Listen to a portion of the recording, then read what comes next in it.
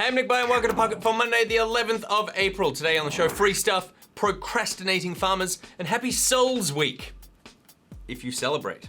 I don't want to assume. Alright, here's what's been making headlines. Nosgoth, the free-to-play multiplayer spin-off to Legacy of Kain, is being shut down. Developer Psyonix posted a notice on the game's website explaining that the game hasn't grown enough to sustain ongoing operations. As for refunds, anyone who has purchased the game since the 1st of March 2016 will get their money back. The game will remain playable up until the 31st of May, after which the servers will be turned off. The World of Tanks 2016 Grand Final took place over the weekend in Warsaw, Poland. Ukrainian team Na'Vi took first place and $150,000 in a close series against runners-up Hellraisers. Team Wombats finished in third place. And before you get too excited, they're not Australian, they just like wombats.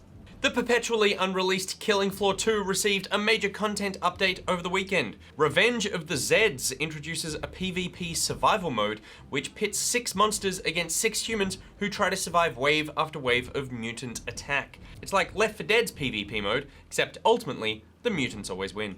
If you're one of the 6 people in Australia who is playing MLB The Show, then good news, you've got some freebies headed your way. Bad news, it's not more friends. To apologise for a rough online launch, Sony San Diego is offering about $20 Australian worth of consolation through Diamond Dynasty cards and the in-game stub currency. If you tried to connect to online servers before 6 AM on the 9th of April, then you should automatically have the freebies added to your stash. And the DLC for Alan Wake is now free on Xbox 360. The 2 expansion packs for Remedy Entertainment's 2010 thriller can be downloaded through Xbox Live. Alan Wake is one of the games on the Xbox One's backwards compatibility list, so you can download it and access the free DLC through your current gen consoles. Alright, now it's time for Thing of the Day with a very special intro.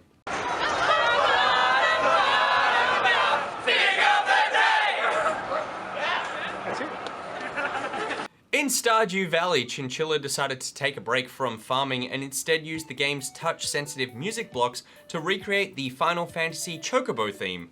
Play it back at 150% speed for ultimate nostalgia.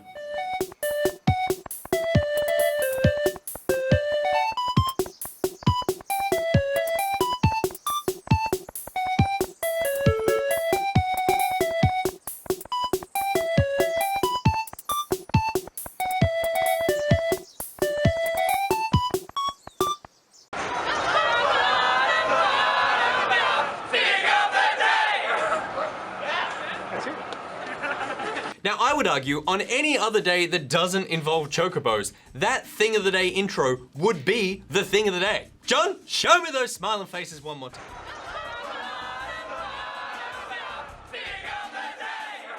Beautiful. All right, it's This Week in Games time, where I'll be letting you know what's selling in Australia and what's coming out this week in games. As always, we will start with the MPD stats for the week ending the 3rd of April. And again, it's been quite a stable week here in Australia, both fiscally, politically, and gamesily, with only 2 new games to the list, although technically they are not new games. Number 1 on the list, Tom Clancy's The Division. Number 2, Far Cry Primal. Number 3, EA Sports UFC 2. Number 4, Grand Theft Auto 5. Number 5, Call of Duty Black Ops 3. Number 6, Uncharted The Nathan Drake Collection. Number 7, FIFA 16. Number 8, Minecraft. Who doesn't own Minecraft that was going to buy Minecraft? Is there a bundle that I'm not aware of? Did someone in the country give birth to 6,000 kids? Because I didn't. Pete, did you? Nope. John? John didn't, so by process of elimination, the 3 people in this room aren't contributing to the world's overpopulation. Was it you? Number 9 is Star Wars Battlefront. Who is still buying Star Wars Battlefront? Did someone give birth to 6,000 kids who don't care about depth of content? Was it you? Pete?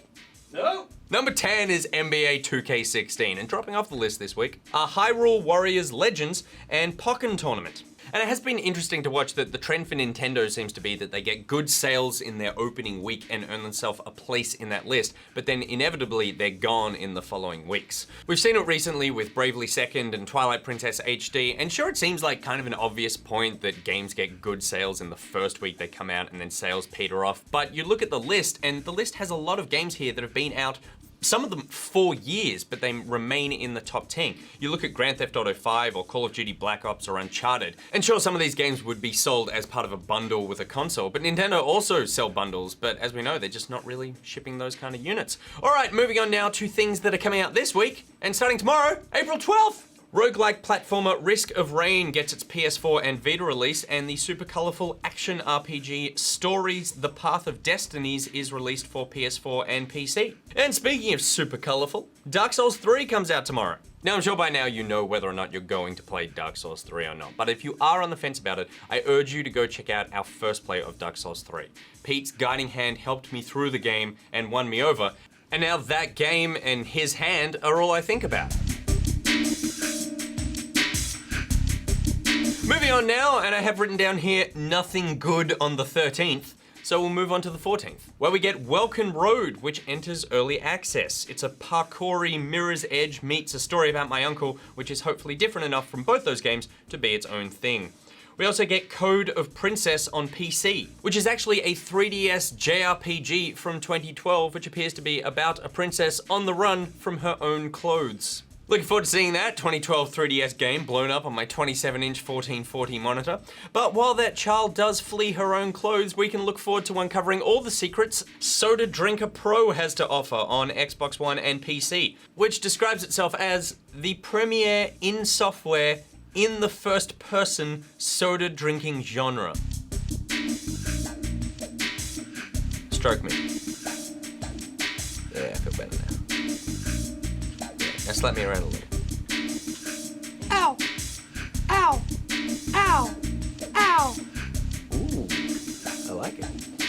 On April 15th, we get Orion, Legacy of the Corrie Odin, which is another action RPG, and Everybody's Gone to the Rapture comes to PC. And finally, on April 16th, we have Worst Case Z, which is both a PC first-person survival horror game, which is how I would describe most of this week's releases. However, if you want to play a couple of things which aren't even out yet, the Battleborn Open Beta is live on PS4 right now, and is coming to Xbox One and PC on the 13th, the day of nothing. And the Doom Open Beta kicks off this Friday on Xbox One, PS4 and PC, and runs through the weekend. All right, that's it for today's episode of Pocket. More Pocketeers! Let us know in the comments if you had 6,000 children this week, and while you're there, please suggest a talk-through topic for tomorrow, and make it a good one. I want something meaty I can get fired up about. And while you're on the internet, check out Good Game on Facebook, YouTube, and iView. Want to meet fellow Pocketeers? And you should, because they meet up all over the country, then join the Pocketeers Facebook group and Steam group. You can follow Good Game on Twitter at GoodGameTV, follow Pocket at NichBoy, at Pierre, at GG, at Monkey, and at SamGee. There are links to everything I just said in the description below, and a big thank you to everyone who came out to Good Game Live in Melbourne on Friday night. It was so much fun. It was amazing meeting all of you. I think I met